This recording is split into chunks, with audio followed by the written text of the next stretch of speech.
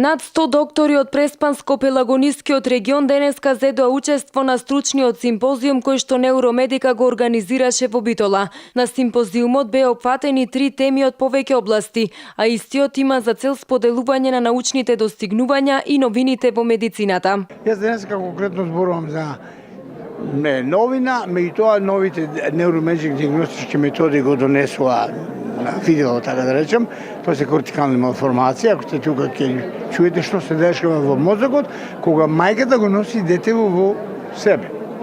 Голем проблем, огромен проблем. Сметам дека се темите актуелни, треба да ги чуат поширок аудиториум од лекари, за да имаме подобро здравство и да служиме повеќе на пациентите.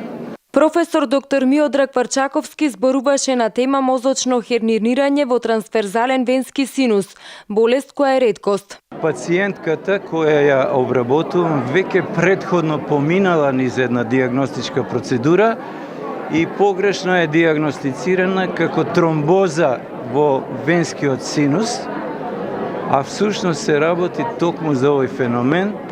Значи, повеќе луѓе ги имале диагностичките податоци, но не успеале да ги поврзат работите. Професор доктор Ѓорге Зафировски пак пред присутните сподели приказна на една фамилија која се бори со малигни заболувања, односно зборуваше на тема остеосаркома како втор тумор кај хередитарен ретинобластом, што представува еден од најчестите малигни тумори на окото. Благодарејќи на денешното ниво на медицината, оперативните методи, хемотерапијата и другите методи на лекување се излегува како победник. Значи, најважен заклучок од ова е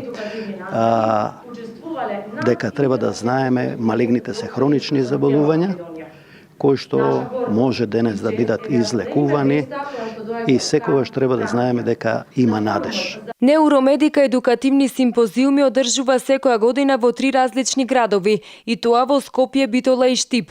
Истите се отворени и бесплатни за сите доктори кои се заинтересирани да научат нови вештини и методи од областа на медицината.